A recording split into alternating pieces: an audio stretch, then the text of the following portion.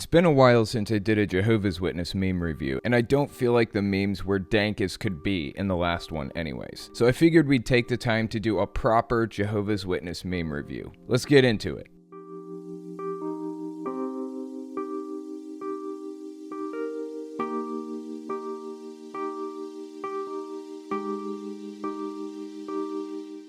Here's our first meme. Opens the window to let out a fly. In come 6 mosquitoes, 3 cockroaches, 2 rats, and a Jehovah's Witness. That's pretty good. There isn't much social commentary for this one. I think it speaks for itself. Next. When you had an answer prepared for the B question and someone covers it during the A question. Some people might not connect the dots on this, so let me explain. Jehovah's Witnesses produce propaganda magazines called The Watchtower. You've probably heard of it. They make a cult member edition and a public edition. In the cult member edition, aka the study edition, there are questions that come after every paragraph. Basically, the idea is that they want you to read the paragraph and then parrot back the main point to make sure you understand what they're trying to communicate. It's one of those things they do to program ideas into their members. You're supposed to do this at home outside of the meetings. Go through the study edition of the Watchtower and underline the answers to the questions they ask. Then, on Sunday, they have somebody on stage read the paragraph, and when they're done, people raise their hands. The person at the podium will pick a member of the congregation who has their hand raised, and somebody will bring them a microphone. They parrot back the underlined part of the paragraph. That's simple. Although it's kind of tacky for an adult to parrot it back exactly. They encourage kids to, but adults usually put their own spin on it, or reword it, or relate it back to their life in some way. Sometimes there are 2 main points to a paragraph, in which case they'll have a question A and a question B for a single paragraph. Let me give you an example so you have an idea. Here's what it looks like in the books. This is from their book, Keep Yourself in God's Love, from the section on why you should shun disfellowshipped family members. Here's what paragraphs 20 and 21 say. The disfellowshipping arrangement is really a loving provision from Jehovah. How so?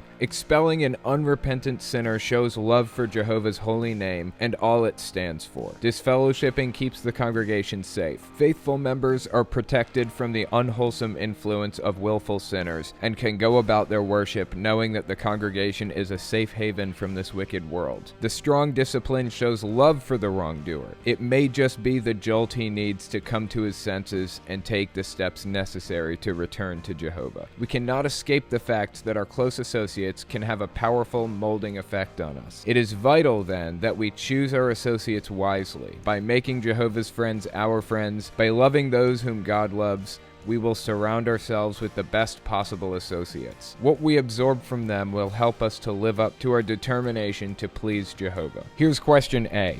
Why is the disfellowshipping arrangement a loving one? Obviously, the answer they're looking for is right out of the paragraph. Disfellowshipping keeps the congregation safe. Faithful members are protected from the unwholesome influence of willful sinners and can go about their worship knowing that the congregation is a safe haven from this wicked world. Here's question B. Why is it vital that we choose our associates wisely? The answer they want here is, what we absorb from them will help us to live up to our determination to please Jehovah. So the answers to those questions from their literature are basically pushing people to only have Jehovah's Witnesses as friends and to shun disfellowship people like me. So anyways, that's how it works. I would go on to debunk what they said, but I think it speaks for itself just fine. Let's look at the next meme. Sorry, sister, but comments are 30 seconds or less. That's pretty funny. Sometimes Jehovah's Witnesses get wrapped up in and emotional about the answer they're giving. Maybe they're telling a personal story that goes on entirely too long. When you actually count it up, 30 seconds is a really long time to tell a personal story. But my mom was famous for giving entirely too personal comments that would last for like 2 or 3 minutes. It was the worst. It was almost as embarrassing as when Kanye took the mic from Taylor Swift. Next meme. Jehovah's Witnesses show up at somebody's door. Could I have a moment of your time to talk about Jesus? The householder says, of course, come in. The Jehovah's Witnesses say, what do we do now? I don't know, I've never gotten this far. Actually, they probably aren't Jehovah's Witnesses in this meme because Jehovah's Witnesses don't use crosses. They think the cross is a lie made up by the big steak industry to cover up their bad decisions. Nah, I'm just kidding. Kind of. Anyways, it probably isn't Mormons either because they'd most likely be holding a Book of Mormon in their hands, not a Bible, and they'd probably have name tags. Jehovah's Witnesses don't use name tags, Mormons usually do. But on another note, Jehovah's Witnesses actually love getting invited in. I can't speak for all of them, but I know I certainly got sick of being rejected non-stop for years. It'll play hell with your self-esteem. You'd be surprised. For that reason, lots of Jehovah's Witnesses hate going door to door, but they actually love getting invited in to talk talk about their beliefs. Next meme. Not sure if Mormons or Jehovah's Witnesses. As I mentioned a minute ago, a good way to tell is by the name tags and the books they're carrying. Mormons used to primarily wear white shirts and black pants, but I think that's been relaxed a lot lately. They can wear tan or any other color, basically whatever Jehovah's Witnesses wear, as long as the pants aren't too tight. Jehovah's Witnesses take that pretty seriously. Next meme. The look dads give when brothers are talking to their daughters. Yeah, they take dating entirely too seriously. I actually showed this in my last meme compilation video, but I'll show it again for context. Your hand almost touched mine when I took the mic to answer. I've informed the elders that we're courting. I love you. They have really stringent rules about dating. For one thing, they aren't allowed to be alone with the person they're dating. Literally ever. Not until they're married. They have to have a chaperone. And of course, with the social distancing laws in place right now, that means that some countries and some areas have basically inadvertently outlawed Jehovah's Witnesses dating. You can't be alone with the partner. You have to be in a group of 3 or more to date. I actually chaperoned for my brother when I was a kid. I was a bad chaperone. I let him do whatever they wanted. But then again, I was 11. What do you expect? Anyways, there isn't really much room between not dating and dating. Either you're dating with the intent to get married, or you have no interest in the person. No games, no long engagements, none of that. So it makes sense that a dad would have this look. If somebody's showing interest in his daughter, then it means he's gonna have him as a son-in-law for the rest of his life. There's no gray area with these guys. I imagine it's because if you do anything before you're married, then you'll be disfellowshipped. You'll lose every friend and family member you've ever known. So usually people are just trying to get to the finish line. But Jesus doesn't exit the picture after marriage. Oh no, I've heard of couples who played Jehovah's Witness music when they did it because it made them feel closer to Jesus. It gets really, really, really strange.